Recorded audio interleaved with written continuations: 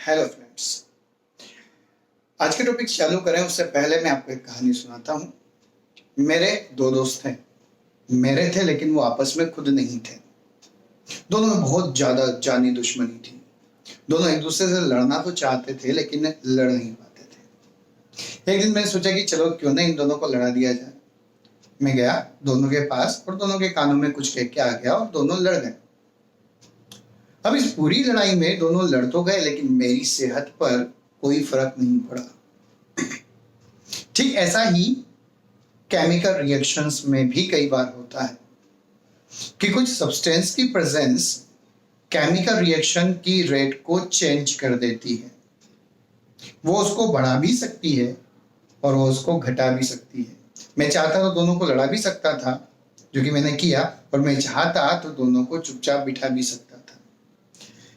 आज का हमारा टॉपिक इन्हीं तरह के सब्सटेंसेस के ऊपर होगा और इनको हम यहाँ पे कहते हैं कैटलिस्ट। तो आपने सही पहचाना, हमारा आज का टॉपिक है कैटलिस्ट का। अब कैटलिस्ट होते क्या है? कैटलिस्ट कुछ ऐसे सब्सटेंसेस होते हैं जो रिएक्शन में पार्टिसिपेट करते हैं और करके रिएक्शन की रेट को चेंज कर देते हैं, लेकिन खुद के अंदर किसी भी तरह का कोई चेंजेस नहीं होता। The chemical substance which can change the rate of reaction but there is no change in the compositions are known as the catalyst. अब यहाँ पर हम इस चैप्टर में, इस टॉपिक के अंदर कई सारे तरह के कैटलिस्ट को क्लासिफाई करने वाले हैं। करते हैं टाइप ऑफ कैटलिस्ट की, और टाइप ऑफ कैटलिस्ट में हमारे पास सबसे पहला इनका क्लासिफिकेशन आता है on the behalf of their physical state. और behalf of the physical state हम इसको दो तरह से डिवाइड करते हैं। एक को हम कहेंगे होमोजीनियस कैटलिस्ट और दूसरे को हम कहेंगे हेटेरोजीनियस कैटलिस्ट। चलिए बात करते हैं होमोजीनियस कैटलिस्ट की। If all the reactant products and the catalyst are in same phase then it is known as homogeneous catalysis and the catalyst is the homogeneous catalyst. चलिए इसको एक एग्जांपल से समझते हैं। मेरे पास है SO2 और SO2 की रिएक्शन करानी है मुझे ऑक्सीजन से, और ऑक्सीजन से रिएक्ट कराकर मुझे बनाना है SO3। ठीक है, और इस रिएक्शन को कंप्लीट कराने के लिए मुझे चाहिए होगा कैटलिस्ट, और मेरी रिएक्शन कंप्लीट हो गई। पर यहाँ पर हमें फिजिकल स्टेट की बात करें तो यहाँ मेरे पास SO2 है इन अ गैसियस फॉर्म, ऑक्सीजन है in the gaseous form, catalyst जो है वो भी है मेरे पास इन द गैसियस फॉर्म, और प्रोडक्ट भी है गैसियस फॉर्म। यानी कि जब रिएक्टेंट, प्रोडक्ट, कैटलिस्ट सभी एक जैसी फिजिकल स्टेट में हो तो इन सभी केमिकल रिएक्शंस को होमोजीनियस कैटलाइसिस और कैटलिस्ट को होमोजीनियस कैटलिस्ट कहा जाता है। अब बात करते हैं हेटेरोजीनियस कैटलिस्ट की। होमोजीनियस से ठीक उल्टा, यानी कि if all the reactant product and the catalyst are in different physical state या different phases, then it is known as heterogeneous catalyst and the reaction is called the heterogeneous catalysis. अब heterogeneous कैटलाइसिस का सबसे best example ये कई जगह पे आएगा और आया हुआ भी है। मान लिया मैंने N2 गैस की रिएक्शन मुझे करानी है हाइड्रोजन के साथ, और मैं चाहता हूं कि बन जाए मेरे पास अमोनिया। इसके लिए मैं यूज करता हूं आयरन एज अ कैटलिस्ट। अब यहाँ पे आप गौर करना कि मेरे पास नाइट्रोजन जो है वो तो गैस है, हाइड्रोजन जो है वो भी गैस है, और जो अमोनिया बनी है यहाँ पर वो भी गैस है। लेकिन कैटलिस्ट की फिजिकल स्टेट को चेंज करें तो ये सॉलिड होती है। यानी कि कैटलिस्ट और रिएक्टेंट और प्रोडक्ट की फिजिकल स्टेट सेम नहीं है, और ऐसी सभी केमिकल रिएक्शंस क्या कहलाएंगी? ये सभी केमिकल रिएक्शंस होंगी आपकी हेटेरोजीनियस कैटलाइसिस, और ऐसे सभी कैटलिस्ट होंगे आपके हेटेरोजीनियस कैटलिस्ट। चलिए अब आगे बात करते हैं इनके और क्लासिफिकेशन पे। तो हमारे पास आता है type of catalyst on the basis of the nature of the action. और इस अकॉर्डिंगली हम इसको 4 पार्ट में डिवाइड करते हैं: positive catalyst, negative catalyst, auto catalyst and the bio catalyst. Bio catalyst को आप एंजाइम के नाम से भी जानते हैं। चलिए वन बाय वन इन सभी टॉपिक्स की बात कर लें। पॉजिटिव कैटलिस्ट, पॉजिटिव कैटलिस्ट वो होते हैं जो रेट ऑफ रिएक्शन को बढ़ाएंगे ही, मतलब पॉजिटिव है अपनी लाइफ में। The catalyst which increase the rate of the reaction is called the positive catalyst. Positive catalyst का फॉर एग्जांपल जैसे हम अधिकतर बार लेते हैं KClO3, potassium chloride. Potassium chloride मैंने पहले बताया था, ये टूटता है KCl में और निकलता है O2। हमने यहाँ पे इसके 6 मॉलिक्यूल्स लिए थे, 6 KCl बना था और 3 O2 बनी थी। और ये रिएक्शन कंप्लीट कराने के लिए हमें चाहिए होता है MnO2। MnO2 की प्रेजेंस में ये रिएक्शन बहुत फास्ट हो जाती है और इसलिए इसको हम कहते हैं पॉजिटिव कैटालिसिस। चलिए यही एक और रिएक्शन अभी जो हमने बात की थी कि SO2 की रिएक्शन को हमें O2 के साथ कराना था और ये रिएक्शन बना लेती है हमारे पास SO3।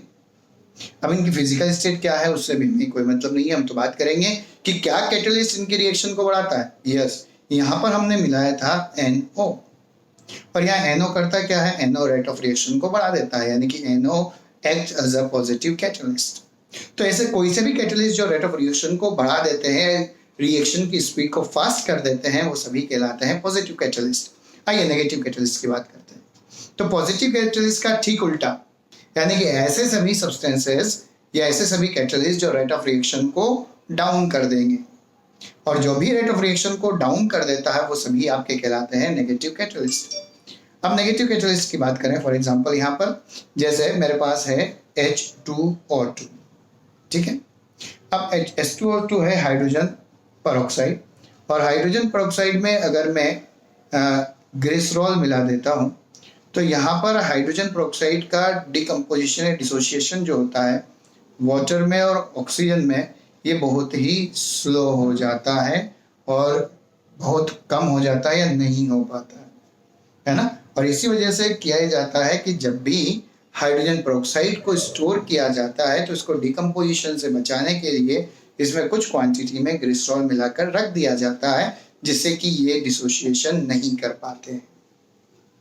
चलिए इसी तरह की और भी कई सारी केमिकल रिएक्शंस हैं। हम बात करते हैं अगले तरह के कैटलिस्ट पे, जिसको कहा जाता है ऑटो कैटलिस्ट। अब ये ऑटो कैटलिस्ट होता क्या है? कई केमिकल रिएक्शंस ऐसी होती हैं जिनमें बनने वाला प्रोडक्ट, सही सुना आपने, बनने वाला प्रोडक्ट खुद ही कैटलिस्ट का काम करने लग जाए। अगर ऐसी कोई सी भी केमिकल रिएक्शन है जिसमें बनने वाला कैटलिस्ट ही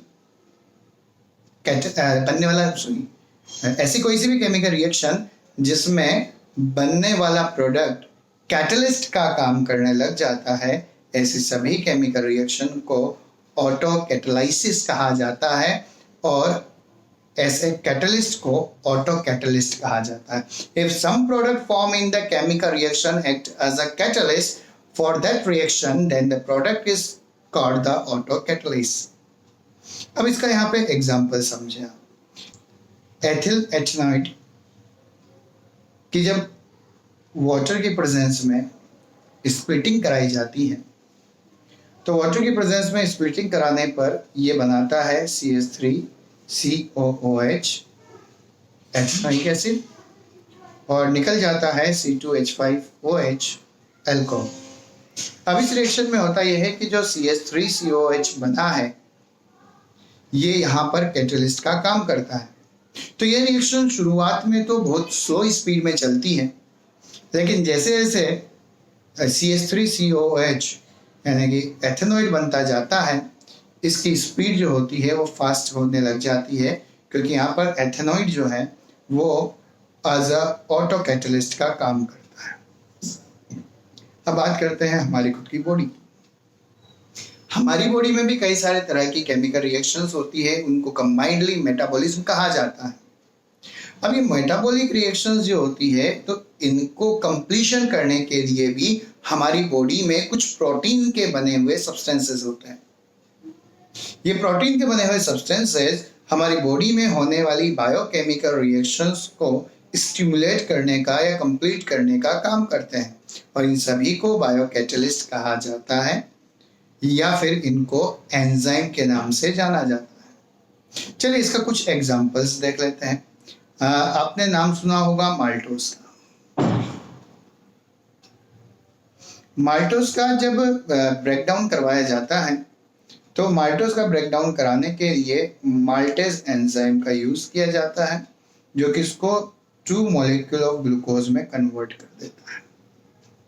इसी तरह से यूरिया पर रिएक्ट कराने के लिए हम यूज करते हैं यूरिएज एंजाइम को, जिससे बन जाता है अमोनिया और निकल जाता है कार्बन डाइऑक्साइड। तो इनको कहा जाता है बायोकैटलिस्ट या एंजाइम। कैटलिस्ट को भी अपनी रिएक्शंस को करवाने के लिए किसी दूसरे सब्सटेंस की जरूरत पड़ जाती है, और ऐसे सभी सब्सटेंसेस को कहा जाता है catalytic promoters. The substance which increase the activity of the catalyst when mixed with them are called the promoters. The promoters are not the catalyst. Promoter catalyst नहीं है, क्योंकि ये काम करते हैं कैटलिस्ट पर और कैटलिस्ट काम करता है रिएक्शन में, तब जाकर हमारी रिएक्शंस कंप्लीट हो पाती है। चलिए इसके लिए हम पहले वाली रिएक्शन को ही ले लें। N2 reactivate 3H2 to gives 2NH3। अच्छा, इसमें आपने मिलाया क्या था? तो आपने कहा था कि हमने आयरन मिलाया था, लेकिन इस आयरन की रिएक्टिविटी को बढ़ानी है, यानी कि ये फास्टली काम करे, तो इसके लिए इसके अंदर एक और मेटल मिला दी जाती है, वो है मोलिब्डेनम। तो यहाँ पर MO तो रिएक्ट कर रहा है प्रमोटर की तरह, Fe रिएक्ट कर रहा है कैटलिस्ट की तरह। अब यहाँ पे कैटलिस्ट जो है वो सॉलिड है और प्रोडक्ट या रिएक्टेंट जो है उसकी स्टेट अलग है। इस वजह से यही एग्जाम्पल था आपका हेट्रोजीनियस कैटलिस्ट का भी, क्योंकि Fe यहाँ पर रेट ऑफ रिएक्शन को बढ़ाता है, इसी वजह से इसको हमने लिया था कैटालाइटिकल प्रमोटर में, है ना। चलिए अब प्रमोटर के बाद कुछ ऐसे भी होते हैं जो कैटलिस्ट को काम करने से रोक देते हैं। हो सकता है कि मैं जब मेरे दोस्तों को लड़ाने के लिए जा रहा हूं तो पीछे से मुझे मेरा कोई दूसरा दोस्त कह दे कि रहने दे, मत जा, तो उन्होंने मेरे को क्या कर दिया, मुझे इनहिबिट कर दिया। यानी कि कुछ सब्सटेंसेस ऐसे होते हैं जो कैटलिस्ट की रिएक्टिविटी को डिक्रीज कर देते हैं, और इन सभी को कहा जाता है कैटालाइटिक पॉइजन्स या catalytic inhibitors. The substance which decrease the activity of the catalyst when mixed with them are called the catalytic poisons। अब कैटालाइटिक पॉइजन का भी मैं इसी में एग्जांपल बता देता हूँ आपको। मैंने वही N2 3H2 to gives 2NH3 और यहाँ पर मैंने ले लिया था Fe। अब मैं यहाँ पर MO की जगह पर कार्बन मोनोऑक्साइड को जोड़ देता हूँ, तो ये कार्बन मोनोऑक्साइड आयरन को वर्क नहीं करने देगी, और ऐसी कंडीशन में ये रिएक्शन की जो रेट है वो डाउन हो जाएगी, और इसी वजह से यहाँ कार्बन मोनोऑक्साइड जो है वो कैटालाइटिक इनहिबिटर का काम करती है। तो यहाँ तक तो हमारे पास पूरा का पूरा कैटलिस्ट क्या था। चलिए अब हम कुछ कैटलिस्ट की प्रॉपर्टीज की भी बात कर लें कि आखिर में कैटलिस्ट, मेरे जैसे कैटलिस्ट की प्रॉपर्टीज क्या होती है। तो पहली बात, कैटलिस्ट रेट ऑफ रिएक्शन को चेंज कर देता है, ये बढ़ा भी सकता है और ये घटा भी सकता है, और कैटलिस्ट की बहुत छोटी क्वांटिटी में जरूरत पड़ती है। जैसे आपने अगर देखे हो पुराने जमाने की इतिहास की फिल्मों में, तो दो सेनाओं को लड़ाने के लिए बीच का एक या दो खबरीलाल ही काफी होते हैं जो दोनों तरफ भड़का देते हैं और दोनों को लड़ा देते हैं। तो कैटलिस्ट जो होते हैं उनकी वेरी स्मॉल क्वांटिटी सफिशिएंट होती है रिएक्शन को पूरा कराने के लिए, और कैटलिस्ट जो होते हैं वो स्पेसिफिक इन नेचर होते हैं, यानी कि अगर किसी केमिकल रिएक्शन में Fe काम में आ रहा है ना, तो उसको आप रिप्लेस करके किसी दूसरे को यूज नहीं कर सकते। एक पर्टिकुलर तरह का कैटलिस्ट अपनी पर्टिकुलर केमिकल रिएक्शन को ही करता है, इस वजह से catalyst are specific in nature. Fourth point की बात करें, the catalyst does not initiate a reaction. Catalyst खुद कुछ नहीं करेगा, वो तो रेट ऑफ रिएक्शन को ही चेंज करेगा। रिएक्शन तो दोनों रिएक्टेंट्स को करनी है। अगर वो करने लायक ही नहीं होंगे तो कैटलिस्ट कितना भी डाल दो कुछ नहीं करेंगे। अगर वो करना चाहते हैं तो कैटलिस्ट उस रिएक्शन के रेट को क्या कर देगा, फास्ट कर देगा। फिफ्थ पॉइंट पे आते हैं, the activity of the catalyst is maximum at a particular temperature, है ना भाई। अगर बीच का खबरीलाल जब दोनों तैयारी में हो युद्ध करने की, तब खबर दे कि एक सेना दूसरी सेना पर आक्रमण करना चाहती है, तो युद्ध होने के चांसेस हैं।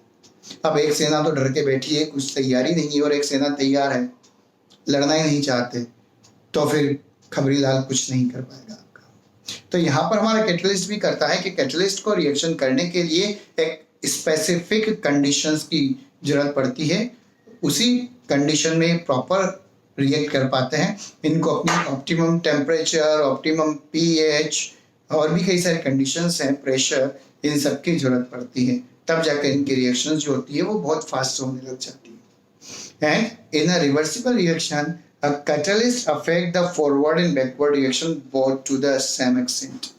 अगर रिवर्सिबल रिएक्शन है तो कैटलिस्ट दोनों ही रिएक्शंस पर एक जैसा काम करता है, फॉरवर्ड पे भी काम करेगा और बैकवर्ड पे भी काम करेगा। तो ये सब बातें हमारी हो चुकी हैं प्रॉपर्टी ऑफ कैटलिस्ट को।